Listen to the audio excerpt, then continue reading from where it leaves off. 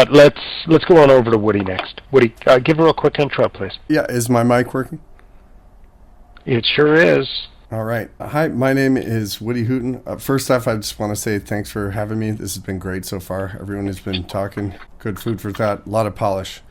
Yeah, cool. Thank you. Yeah, so I'm the president of Brazen Studios Incorporated. We were founded in 2020, so relatively new. We bill ourselves as AI services for business.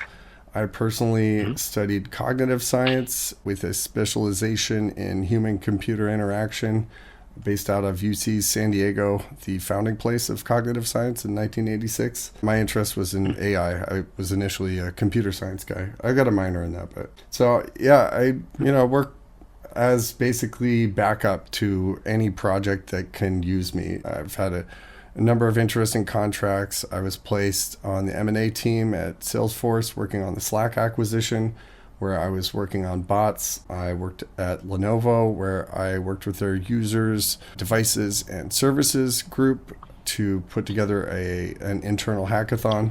I also have worked with a number of small businesses, nonprofits, a whole bunch of artists. I've worked with NGOs. Earlier this year, a group that does HVAC certification called cheers.org. I have a real estate client that I think is going to have a lot of use for Twilio. I've been working with solar companies since 2020. I'm actually doing a Twilio project right now. I'm kind of blown away, Woody. I'm reading your LinkedIn, and you've got such a diverse range of clients you've supported. It's pretty amazing, really is. So I'm interested in your perspectives on Twilio. Let's start simply, okay? I put it out there in terms of your view of their competitive positioning for the next 12 months. How did you score them? And is it getting better or is it getting worse? Well, so a little background. If you dig way deep into my LinkedIn, you'll find an internship that I did straight out of school in San Diego at a company called MSnap. I worked directly with a company that was previously mentioned, MBlocks.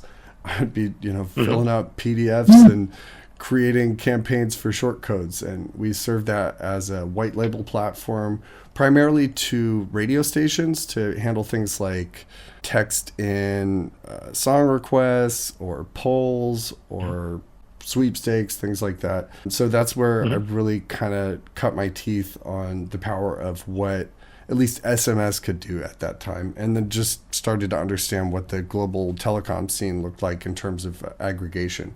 And I spent 10 years in Silicon Valley, San Francisco primarily, not like further down the valley, but got to know a handful of people at the early outset for Twilio, and that one kind of caught my eye. I tend to be a pretty loyal guy, so I have kind of stuck with Twilio. I know I've seen a lot of interesting things come through the pipe.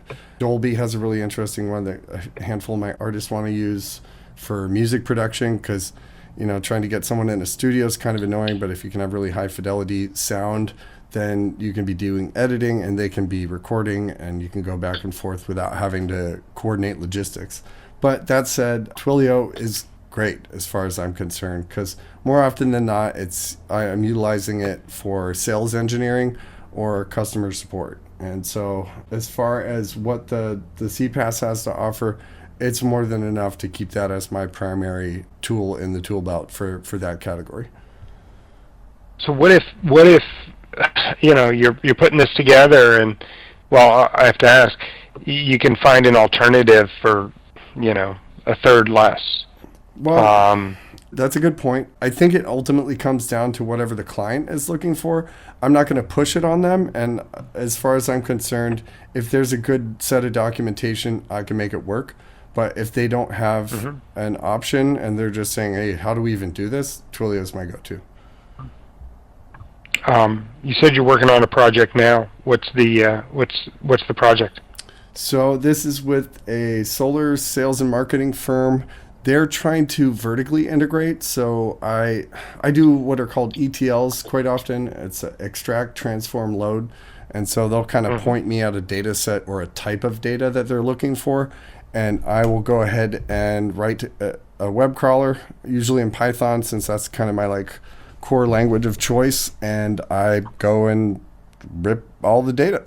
I think I use a decent amount of internet etiquette, so I don't crash servers or anything like that. But Good. but I pulled Good, up, but where's Twilio in there? I hear this and I'm like, okay. yeah, What's the role of Twilio? So this firm that's trying to vertically integrate, they have a number of people they're trying to sell solar to, but ultimately what they're looking for is they want to build their sales force. And in California, there's a pretty good repository of information for licensed salespeople. So I pulled like, I don't know, 23,000 salespeople last week.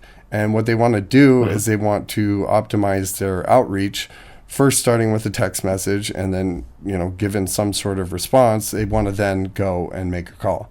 I think they have their own CRM, but it looks like it's going to be an arm and a leg to use if they were going to do SMS blasts. So Twilio seems like it's going to be the best bet. I'll probably price a few things, but again, they don't really know what they want. They just know that they want to engage with this set of thousands of salespersons with the hope of getting 100 or so.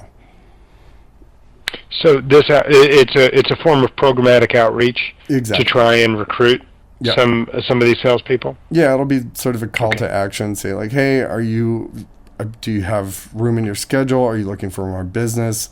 We want to talk to you. We've got sales in the pipeline, but also we've got a whole bunch of leads and we need help addressing them. That sort of thing. Okay. I got it. Are you seeing Twilio, this kind of programmatic outreach, more common, or is this more? I don't know. There are lots of different ways to tackle this, and I'm wondering, is Twilio still in the mix for lots of these kinds of projects? Oh, absolutely. I think as far as the platform goes, just given the fact that Twilio's been in the game for so long, it's just so much more hardened than most solutions that are coming out. I mean, all this like LLM stuff is allowing people to iterate really quickly and get new products out the door. But the fact of the matter is, you just can't anticipate the number of issues that you're going to run into as, a platform offering services to companies and whatnot. And so while they're out there and, it's a race to the bottom and all that, that's all well and good. But I think at the end of the day, good business is about relationships. So, yeah, that's why Twilio. I agree with that. All right, great feedback. Woody, thanks so much. Good luck with your project. And thanks for sharing it with us. Sure. Actually, if it's possible, could I point out one interesting project that I'm hoping to revive at a certain point? It's kind of a public safety project. Sure.